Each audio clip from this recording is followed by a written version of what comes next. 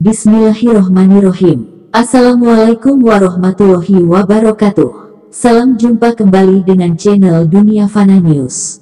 Malaysia adalah negara dengan mayoritas penduduknya beragama Islam beraliran Sunni dan bermazhab Syafi'i. Selain daripada aliran Sunni dan mazhab Syafi'i tidak diperbolehkan hidup berkembang di Malaysia karena bisa dianggap sebagai aliran sesat dan bisa berakibat sanksi hukum bagi siapapun yang berani melanggarnya. Malaysia dikenal sebagai negara Islam yang stabil dan damai tanpa ada konflik horizontal antar aliran agama itu dikarenakan Malaysia sangat disiplin dalam menjaga homogenitas aliran agama. Meskipun Malaysia adalah negara yang heterogen multi-etnis dan agama, namun dalam hal aliran agama Malaysia sangat homogen sehingga mampu menciptakan suasana yang harmonis. Bahkan Malaysia dikenal sebagai salah satu negara Islam paling damai di dunia, mengalahkan negara-negara Islam di Timur Tengah yang homogen dalam etnis dan agama namun heterogen dalam aliran keagamaan. Maka tak mengherankan Timur Tengah mudah dilanda konflik horizontal antar aliran agama. Sepertinya Indonesia dan negara-negara Islam di dunia ini harus belajar dan mencontoh negara Malaysia dalam menangani aliran-aliran yang sesat agama. Di Malaysia, ormas-ormas Islam yang berbau kesesatan tidak bisa berlenggang dengan bebas untuk mengamalkan ajarannya. Hal ini karena kerajaan Malaysia dengan tegas menyatakan bahwa semua ormas dan aliran Islam harus berasaskan akidah Ahlus Sunnah wal Jamaah. Jika menyimpang dari itu, maka dianggap sesat dan akan ditangkap baik pengikutnya maupun pemimpinnya. Demikian menurut sebuah artikel di Kompasiana.com yang ditulis pada 2016 yang lalu. Selanjutnya, menurut penulis artikel di Kompasiana.com ini, di Malaysia, Jabatan Agama Islam Wilayah Persekutuan, JAWI, memiliki wewenang penuh untuk mengatasi munculnya aliran-aliran sesat.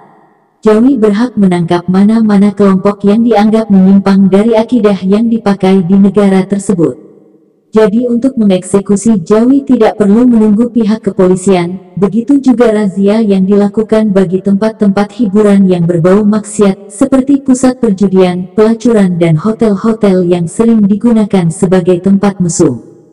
Hal ini sangat berbeda dengan di Indonesia. Di Indonesia, Kementerian Agama tidak memiliki wewenang untuk melakukan razia apalagi melakukan penangkapan ke tempat-tempat hiburan, pelacuran, perjudian, dan perhotelan. Semuanya hanya dilakukan oleh pihak kepolisian dan Satuan Polisi Pamuk Praja alias Satpol PP. Apalagi jika ada laporan tentang munculnya kelompok yang dianggap menyebarkan ajaran sesat, biasanya yang menangkap ya polisi, itu pun hanya ketuanya saja yang diamankan, sementara para pengikutnya dibiarkan bebas.